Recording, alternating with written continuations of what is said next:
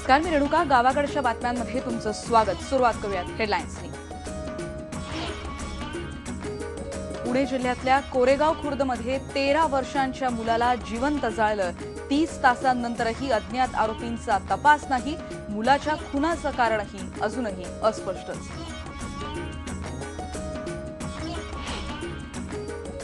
मराठवाड्यातला शेतकरी आणि शेती अडकलेत त्या दुष्ट चक्रात. वर्षभरात मराठवाड्यात 570 शेतकऱ्यांच्या आत्महत्या. राज्य सरकारनं केलेली मदतीची घोषणा कधी पोहोचणार, शेतकऱ्यांचा सवाल. तलावांचा जिल्हा अशी ओळख असलेल्या गोंदियात सध्या परदेशी पक्ष्यांचं आगमन. कडाक्याच्या थंडीपासून संरक्षण करत पक्षी झाले स्थलांतरित.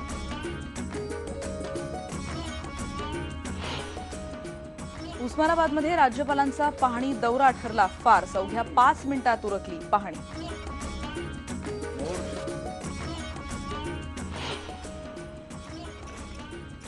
यवतमाळच्या अंजली गोडेच्या विज्ञान प्रकल्पाचं माजी राष्ट्रपती अब्दुल कलाम यांनी केलं कौतुक. सायकलवरच्या फवारणी यंत्राचा प्रकल्प ठरला मुंबईतल्या सायन्स काँग्रेसचं आकर्षण.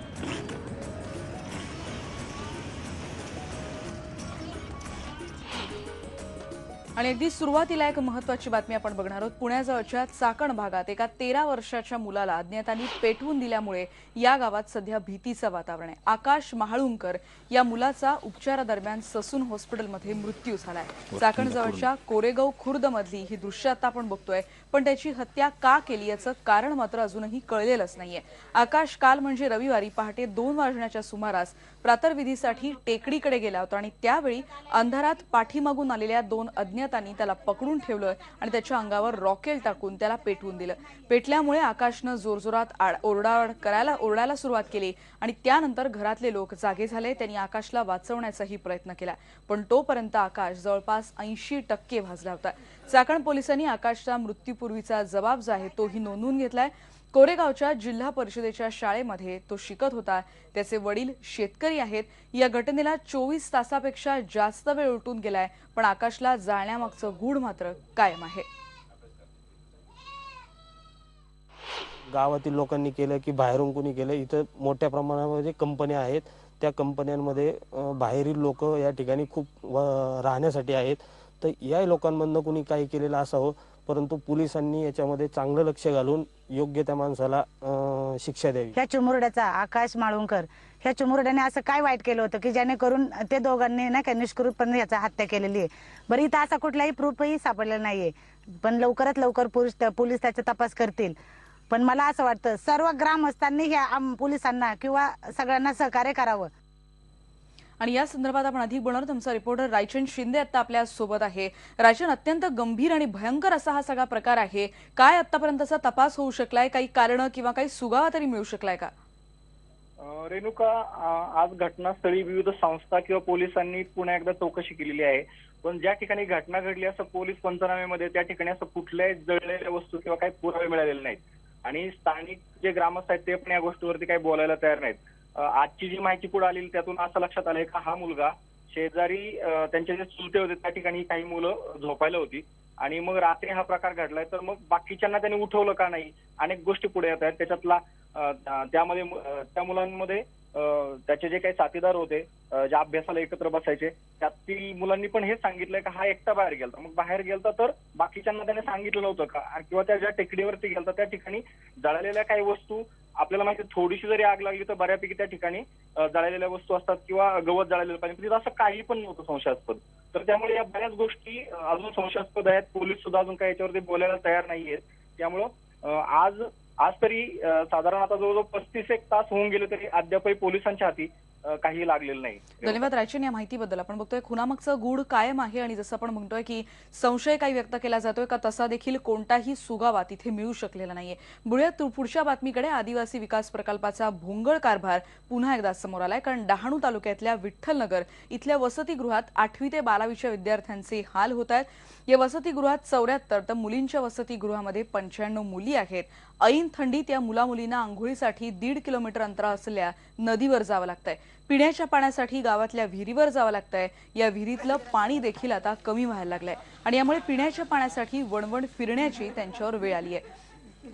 या वसतिगृहांपासून फक्त 4 किलोमीटर अंतरावर धामणी आणि कवडास ही 2 धरणं आहेत, पण या धरणांचं पाणी पिण्यासाठी नाही तर शेतीसाठी असल्याचं पाटबंधारे विभागाकडून सांगण्यात येत आहे। याशिवाय या मुलांना तुटक्या बेडवर झोपावं लागतंय आणि याबद्दल आदिवासी विकास प्रकल्प अधिकारी जे आहेत त्यांच्याकडे वारंवार तक्रारी करण्यात आल्या आहेत, पण त्या तक्रारी करूनही समस्या मात्र सुटत नाहीयेत। या वसतिगृहाच्या अधीक्षकांनी ही माहिती दिली। डहाणू तालुक्यामध्ये कासा गावाच्या जवळ विठ्ठलनगरमध्ये असंच एक वसतिगृह शासनाचं आहे। त्या ठिकाणी हे विद्यार्थी कसे राहतात आणि त्यांना आणखी काय काय समस्या आहेत ते आपण जाणून घेऊया। माझ्यावर काय विद्यार्थी आहेत त्यांच्याकडे आपण जाणून घेऊया। मला तुम्ही सांगा की नेमकं तुमच्याकडे काय काय समस्या आहेत या ठिकाणी? आमच्याकडे 25 दिवसापासून पाणी नाही आहे। टॉयलेटसाठी बाहेर जावं लागतं, तसेच आसपास आंघोळीसाठी 1.5 किलोमीटर जावं लागतं। रात्री आम्ही 5 ते 6च्या दरम्यान जातो। नदीवरती सकाळी जायला लागतं पण आंघोळ करायला, तिथं पण ते सकाळी गेल्यामुळे ते अंधर राहतं। विहिरीत थोडं पाणी राहतं पिण्यासाठी, त्याच्यामुळे ते गढूळ ते पण राहतं, त्याच्यामुळे काही विद्यार्थी आजारी झालेत, दवाखान्यात वगैरे जातात। म्हणजे बघितलं आपण की विद्यार्थ्यांना जे विहिरीमध्ये पाणी आहे ते पूर्णपणे अपुरे आहे आणि गढूळ पाणी आहे। अशा परिस्थितीमध्ये इथले विद्यार्थी जवळपास राहत आहेत। या ठिकाणी आणखी दुसरे एक मुलींचं जो निवासी वसतिगृह आहे त्या ठिकाणी आपल्यासोबत अधीक्षिका आहेत, त्यांच्याकडे जाणून घेऊया की सध्या मॅडम मला तुम्ही सांगा की मुली कुठे गेलेल्या आहेत नेमक्या? कपडे धुवायला गेले नदीवर। किती लांब अंतरावरती नदी आहे आणि मुलींना प्यायला पाणी योग्य आहे का, आंघोळीसाठी पाणी योग्य आहे का? योग्य नाही, पण आम्ही आहे त्या परिस्थितीत वापरतोय सध्या। मुलींची असल्यामुळे बाहेर काही जाऊ शकत नाही त्या, विहिरीतून पाणी काढून आंघोळीचं वगैरे प्रॉब्लेम सोडतो। आठवड्यातून 1 दिवस नदीवर कपडे धुवायसाठी जातो, 1 किलोमीटर अंतरावर। आपण बघितले की मुलांना आणि मुलींना या ठिकाणी प्यायला पाणी योग्य नाही आहे। मुलांना अक्षरशः थंड पाण्यामध्ये जवळपास 1 ते 2 किलोमीटर अंतरावरती जाऊन आंघोळ करावी लागते। संडास बाथरूमला देखील या ठिकाणी मुली आहेत, 10वी 12वीची मुलं आहेत, मुले आहेत, यांना देखील या ठिकाणी संडास बाथरूमला जायला देखील या ठिकाणी पाणी उपलब्ध नाही, पिण्यासाठी देखील पाणी उपलब्ध नाही आहे। उमेश साळुंके सर, विजय राऊत, आयबीएन लोकमत, डहाणू। पुढची बातमी आपण बघतोय। गडचिरोली जिल्ह्यामध्ये सरकारी आश्रमशाळेची दुरवस्था असल्याचं आणखी एक उदाहरण समोर येतंय, कारण या जिल्ह्यात 27 पेक्षा जास्त आश्रमशाळांमध्ये सोलर वॉटर हीटर आहेत। गेल्या 2 वर्षांपासून ही योजना मात्र बंद पडली आहे। थंडीच्या दिवसात आश्रमशाळेतल्या विद्यार्थ्यांना गरम पाणी मिळावं म्हणून कोट्यवधी रुपये खर्च करून ही योजना सुरू करण्यात आली, पण आता ती बंद आहे आणि त्यामुळे विद्यार्थ्यांना कडाक्याच्या थंडीतही गार पाण्यानं आंघोळ करावी लागते। या जिल्ह्यातल्या सरकारी आश्रमशाळा जंगलात वसलेल्या आहेत, त्यामुळे थंडीचा त्रास तिथे जास्त जाणवतो। बंद अवस्थेत असलेल्या सोलर वॉटर योजनेच्या अपयशाला जबाबदार कोण, हा प्रश्न आता इथे उपस्थित झालाय। आमच्या या सोलर हीटरमुळे काही फायदा होत नाही। इथं आम्ही जवळपास 400-500 विद्यार्थी आहोत। इथं हॉस्टेलला राहतो। लहान मुले आहेत, त्यांना थंडी पाण्याने दररोज आंघोळ करावी लागते, त्यामुळे सर्दी, खोकला आणि डोकंदुखी अशा त्रासांना सामोरे जावे लागत आहेत। आम्हाला सौर ऊर्जाचं काहीच काम नाहीयेत, उपयोग करता नाहीयेत। लहान मुली असतात व सकाळी उठल्या दिवशी त्यांनी आंघोळ करतात थंड्या पाण्यानं। आजूबाजूला पूर्ण जंगल आहे। आदिवासी भागातल्या विद्यार्थ्यांसाठी सरकार कोट्यवधी रुपयांच्या घोषणांची अंमलबजावणी केल्याचा दावा करत असलं तरी प्रत्यक्षात त्या किती फसव्या आहेत याचं उत्तम उदाहरण गडचिरोली जिल्ह्यातलं हे सोलार वॉटर हीटर आहे। जिल्ह्यातल्या एकूण 52 शासकीय आश्रमशाळांमध्ये हे सोलार वॉटर उभारण्यात आले, मात्र अनेक आश्रमशाळांमध्ये गरम पाण्याचा एकही थेंब या विद्यार्थ्यापर्यंत पोहोचलेला दिसत नाही। आपण बघू शकतो, मी ज्या शासकीय आश्रमशाळेत आहे त्या ठिकाणी हे 2 वर्षापासून अशाच अवस्थेत आहे। परिणामी थंडीतही मुलांना थंड पाण्याने आंघोळ करावी लागत आहे। हे आपण बघू शकतो, एवढा मोठा प्रोजेक्ट आहे हा सोलार वॉटर हीटरचा, मात्र या सोलरच्या प्रकल्पाची काय अवस्था झालेली आहे। ही एक प्लेट चांगली असली तरी ही प्लेट बघा आपण पूर्णपणे याच्या काचा फुटलेल्या आहेत आणि ही अवस्था केवळ एकाच ठिकाणी नाही, जिल्ह्यातल्या अनेक शासकीय आश्रमशाळांमध्ये आहे। आपण बघू शकतो, एका आश्रमशाळेमध्ये निदान 1 लाखापेक्षा जास्त खर्च झालेला आहे आणि हा संपूर्ण खर्च वाया गेलेला आपण म्हणू शकतो। ही परिस्थिती केवळ याच शासकीय आश्रमशाळेत नाही, जिल्ह्यातल्या 52 मधल्या अनेक आश्रमशाळांमध्ये 15,000च्या वर विद्यार्थी आहेत आणि बहुतांश शासकीय आश्रमशाळा या जंगल परिसरात आहेत। थंड वारा येतो आणि या थंड वारामध्ये सध्या तर गडचिरोली जिल्ह्यातला थंडीचा पारा हा खूप वाढलेला आहे। आपण बघतोय तिथल्या मुलांचे, तिथल्या विद्यार्थ्यांचे, विद्यार्थिनींचे कशा पद्धतीने हाल होत आहेत। बघूयात प्रशासनाला जाग येते आहे का। इतरही बातम्यांचा पुन्हा भेटणार आहोत एका ब्रेक नंतर।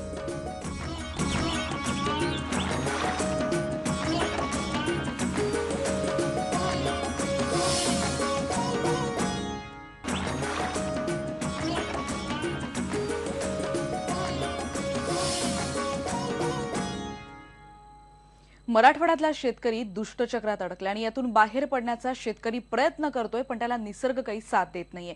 गेल्या वर्षभरात मराठवाड्यात 570 शेतकऱ्यांनी आत्महत्या केल्यात. राज्य सरकारनं मदतीची घोषणा केली आहे, पण ही मदत कधी पोहोचणार आमच्यापर्यंत हा खरा प्रश्न आहे. बघूयात मराठवाड्यातल्या शेतकऱ्यांच्या व्यथा सांगणारा एक स्पेशल रिपोर्ट.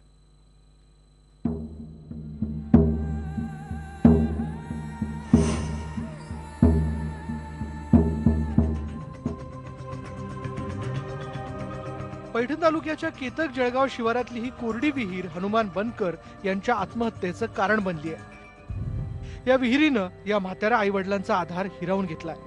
लहरी पावसावर अवलंबून राहायला नको म्हणून बनकर यांनी कर्ज काढून 1.5 एकर शेतीसाठी विहीर खोदली, पण विहिरीला पाणी लागलं नाही. आता कर्ज फेडायचं कसं याचा धसका घेऊन बनकर यांनी शेतातल्या विजेची तार हातात धरून आत्महत्या केली. आता आमच्या हाराला काही आहे का तर आम्ही कोणाला सांगाव. मला लई टाइम बॅक करा. देवाला म्हणलं तर टाकले महिली किलोवानी आम्हाला कोण माही बाप आहे. आता तुम्हीच माय बाप आमची, तुम्हीच माय लेकराची काळजी घ्या. आता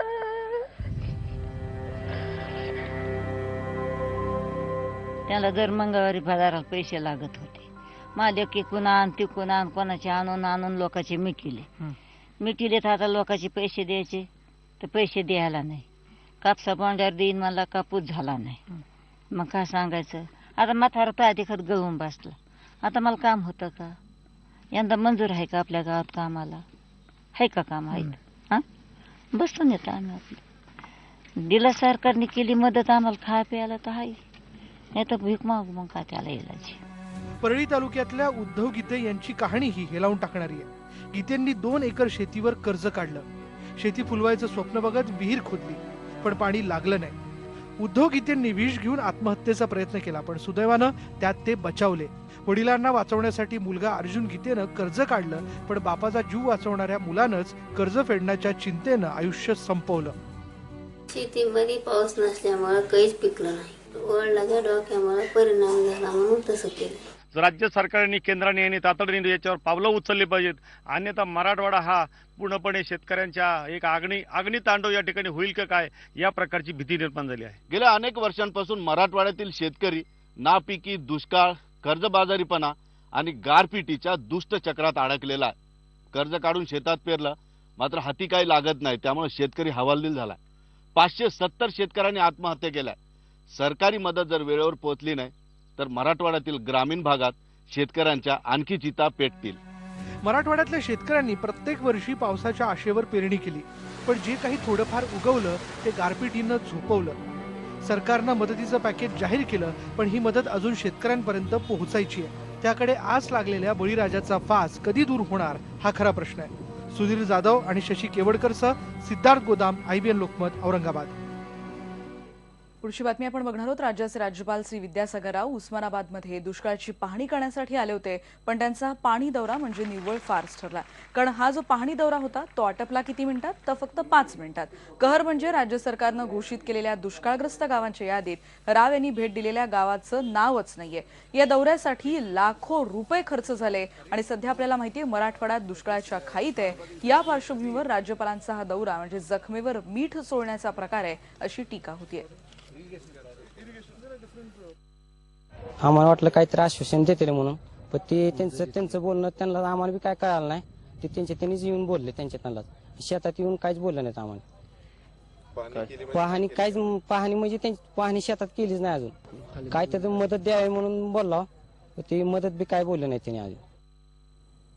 पुढची बातमी आपण बघणार आहोत. दुष्काळानं शेतकरी एकीकडे होरपळलेला आहे आणि वीज वितरण कंपनीनं गेल्या 3 वर्षांपासून वर्ध्यातल्या वायगाव आणि तळेगाव या शिवारातल्या शेतकऱ्यांना वीज जोडणीच दिली नाहीये. कंपनी आणि ठेकेदारांच्या दलालीमध्ये शेतकऱ्यांच्या जोडण्या ज्या त्या अडलेल्या आहेत. वीज कंपनीच्या कार्यालयात चक्रा मारून थकलेल्या शेतकऱ्यांनी अनुदानातून मिळालेली विहीर आता आत्महत्या करण्यासाठी दिली आहे का असा संताप व्यक्त केलाय. या शेतकऱ्याला सिंचनाची सोय उपलब्ध व्हावी यासाठी सरकारकडून विहिरीला अनुदान मिळालं. शेतकऱ्यांनी लगबगीनं विहिरी खोदल्या. रितसर जो जी डिमांड आहे ती भरून वीज जोडणीसाठी 2012 मध्ये अर्ज दाखल केला. 2 वर्ष झाली पण शेतातल्या विहिरीवर काही वीज मिळाली नाही. पाण्याअभावी सोयाबीन आणि कापाशीचं पीक हातचं गेलं. वायगाव आणि तळेगाव शिवारातल्या सुमारे 50 शेतकऱ्यांची ही दैना आहे.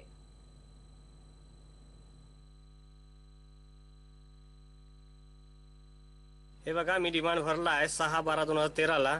आतापर्यंत मी घुमून राहिलो, मला काही लाईन मिळेल नाही शेतामध्ये. माझं सर्व पराठी 2 वेळा लावण झाली आहे. पाणी नसल्यामुळे सर्व पाणी कसा पावसाळा दुष्काळ आहे आणि मी घुमून राहिलो. माझी डिमांड भरून आहे, मला लाईन मिळून राहिली. मला तुरंत लाईन मिळावी आणि मी माझ्या ओलीचा खाली यावं यासाठी मी माझी मागणी करतो विद्युतरांना आणि तुम्ही पण सहभाग करा ही माझी विनंती आहे. आणि याचं मी आता डिमांड किती जरी मी फिरू घुमून परेशान झाला आहे. देवीला जाऊ पुष्कळ वेळा गेलं पण याचं काय करायचं समजत नाही. डिमांड पत्र घेऊन याचा का 3 वर्षापासून मी एक विहीर, ही जी नवीन विहीर केली हीच जवळच्या पैशाने केली उत्पन्नात वाढ व्हावी म्हणून. परंतु मला 3 वर्षापासून एकही म्हणजे दिवस वीज पुरवठा मिळालेला नाही. दुसरी गोष्ट, याच्यामुळे माझं 3 वर्षापासून जे नुकसान होत आहे ते नुकसान परत विहिरीला लागलेला खर्च, फिटिंगचा खर्च हा वीज वितरण कंपनीने देण्यात यावा, अन्यथा ताबडतोब मला वीज पुरवठा करण्यात यावा. आणि या बातम्यांनंतर आपण एक ब्रेक घेऊन परत भेटणार आहोत. पहा फक्त IBN लोकमत.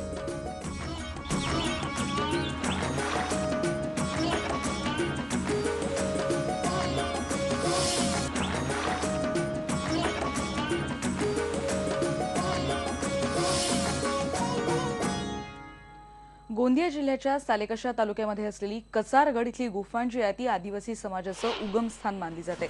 आशिया खंडातली सर्वात मोठी गुफा म्हणून हे ठिकाण प्रसिद्ध आहे. पण अतिसंवेदनशील नक्षलग्रस्त तालुक्यातली ही गुफा असल्यामुळे आजही तिथे विकास झालेला नाहीये. या ठिकाणी दरवर्षी आयोजित होणाऱ्या कोया पूनम यात्रेसाठी 16 राज्यातून आदिवासी बांधव एकत्र येतात. पण इथे त्यांना रस्त्यासारख्या सुविधाही दिसत नाहीयेत. याची दखल घेत गोंदिया जिल्ह्याचे जे नवे पालकमंत्री आहेत त्याचबरोबर जे न्यायमंत्री आहेत सामाजिक न्यायमंत्री राजकुमार बडोले यांनी आता माता कणकालीच्या जो त्या मंदिराकडे जाणारा जो रस्ता आहे तिथे भूमिपूजन केलेलं आहे.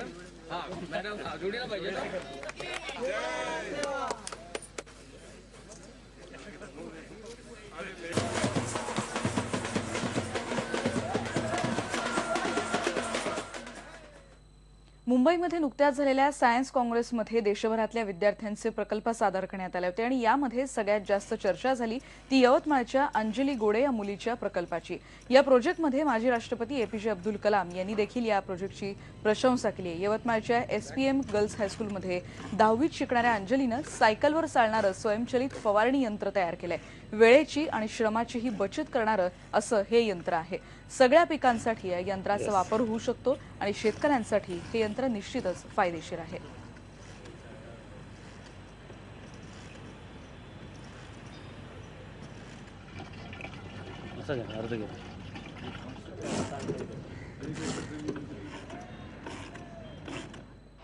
जनरल सायकलमध्ये जे मोठं चेनव्हील असते ते समोर असते आणि छोटंवाला मागे असते. आम्ही उलटं केलं, मोठंवाला चेनव्हील मागे केलं आणि छोटंवाला समोर केलं.